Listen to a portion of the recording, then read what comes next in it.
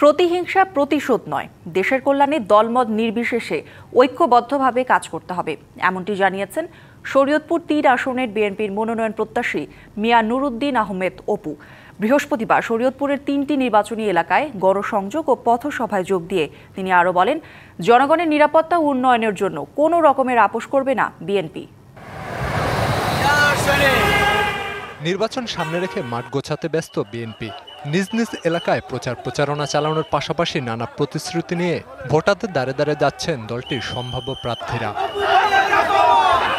এ ধারাবাহিকতায় বৃহস্পতিবার শরীয়তপুরের বিভিন্ন স্থানে জনসংযোগ ও পথসভা করেন শরীয়তপুর ৩ আসনে বিএনপির মনোনয়ন প্রত্যাশী মিয়া নুরুদ্দিন আহমেদ অপু। ৭ বছর পর জেলায় ফিরে হাজারো নেতাকর্মীর ভালোবাসায় সিক্ত হন বিএনপির এই নেতা। এ সময় নেতাকর্মীরা বলেন, গণতন্ত্র পুনরুদ্ধারে বিএনপির আন্দোলন সফল করতে ঐক্যবদ্ধভাবে কাজ করবেন তারা। ২০১৮ সালের পরে এই প্রথম শরীয়তপুরে পদার্পণ করছেন। এই কারণে শরীয়তপুরের সর্বস্তরের মানুষের মধ্যে আনন্দের বন্যা বয়ে যাচ্ছে। আগামীতে আমাদের এই মিয়া নুরুদ্দিন অপু ভাইয়ের হাত ধরেই শরীয়তপুর জেলার সকল উন্নয়ন কার্যক্রম হবে।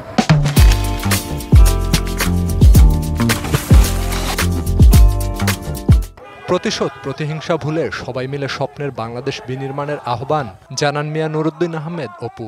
আজকের এই অনুষ্ঠান থেকে আমরা সবাই শপথ দিব, আমরা কোনো প্রতিহিংসায় থাকবো না। আমাদেরকে তারেক রহমান পাঠিয়েছেন শরীয়তপুরের মানুষকে ভালোবাসার জন্য।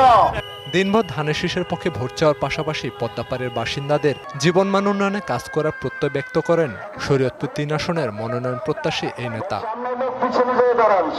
Khalid Hasan, DBC news.